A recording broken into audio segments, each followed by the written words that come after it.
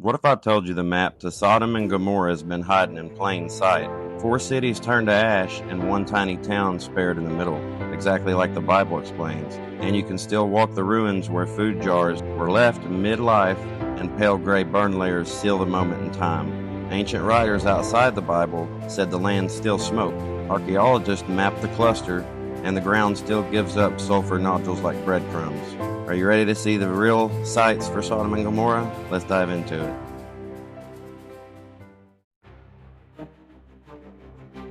In Genesis 18 and 19, the Lord tells Abraham the outcry against Sodom and Gomorrah is great.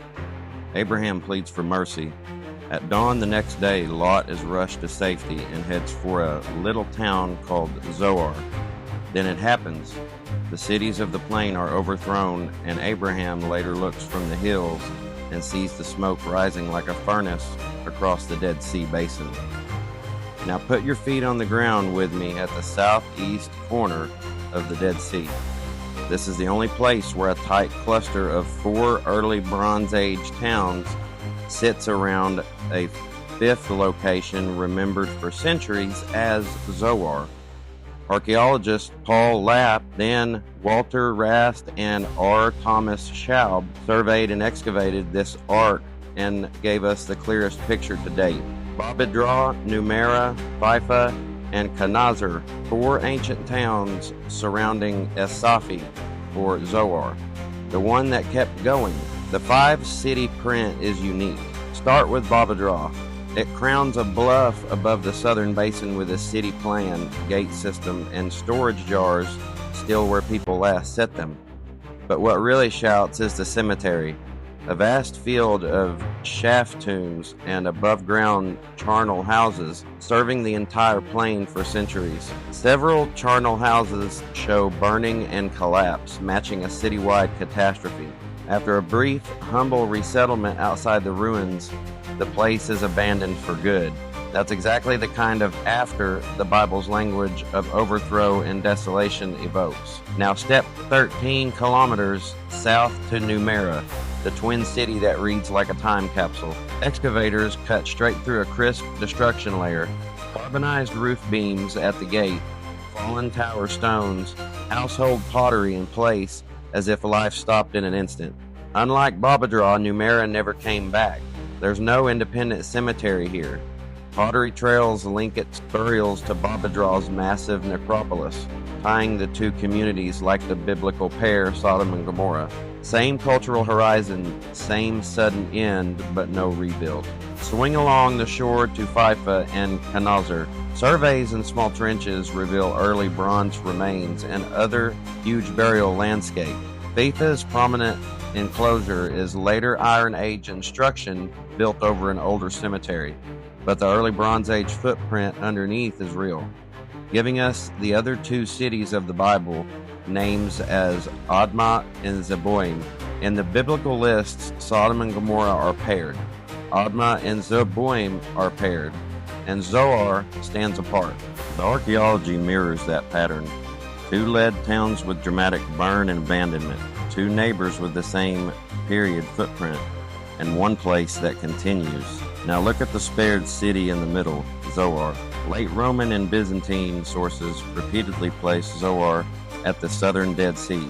The famous 6th century Madaba mosaic map labels Zoar right here. Eusebius's biblical place name dictionary puts the Dead Sea between Jericho and Zoar. On the ridge above modern Goa Safi sits a Byzantine monastery literally built around Lot's cave, with mosaic inscriptions naming Lot. In other words, long after the Bronze Age, people still knew this little town was the survivor. Scripture says Lot begged, "Is it not a little one?" And the little one was spared? The ground agrees. Does the wider landscape match Genesis? Genesis 14 calls the battlefield the Valley of Siddim, full of bitumen pits. The ancients called this lake Asphaltes for a reason. Bitumen and asphalt naturally surface here. The Dead Sea's southern basin is exactly the sticky tar pit world Genesis describes. And when the text says Abraham looked from the hill country near Hebron and saw the smoke like a furnace, that line of sight to the southern basin is real. Stand on those ridges and the basin opens up before you.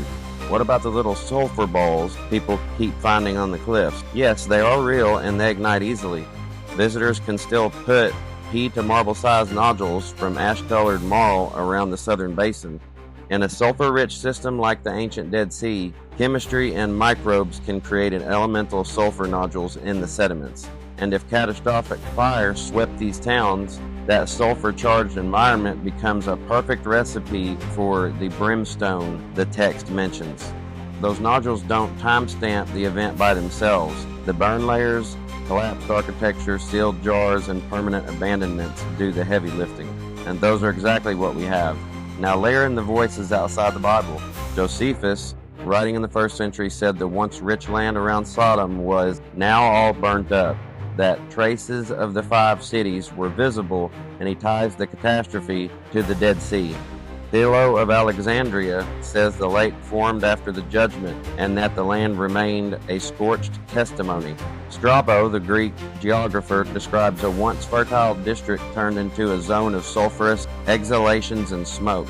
Tacitus, the Roman historian, speaks of the traces of disaster, where cities were overthrown by heaven's wrath. Centuries later, Eusebius and Jerome still point to the southern Dead Sea and list Zoar in the same pocket where Christian pilgrims built shrines around Lot's cave. Different cultures, same memory. The southern basin holds the story. Specialists debate the exact year for the date, but the pattern is consistent. edh-Dhra and Numeira both end in fierce fashion at the close of the early Bronze Horizon, around 2100 BC, with total abandonment that fits the biblical picture of a region turned over and left desolate. Fifa and Kanizer complete the 4, and Zoar Asafi keeps living memory and settlement into later periods, known as the little survivor at the center. So when you stitch this all together, Scripture's 5-city lineup with one spared, a unique 5-site cluster on the southeastern basin, dramatic burn layers, carbonized beams and in-place jars, a mega cemetery serving the whole plain, a tar pit landscape that matches Genesis 14, and a chorus of ancient historians pointing to this exact corner. You don't just get a coincidence, you get a fingerprint. If this lit you up, please follow, please like and subscribe, and make sure you don't miss the next one, because we all do truth deep dives on this channel. So God bless y'all and your families. God bless this world, and God bless these United States. Shalom, shalom, brothers and sisters. Maranatha.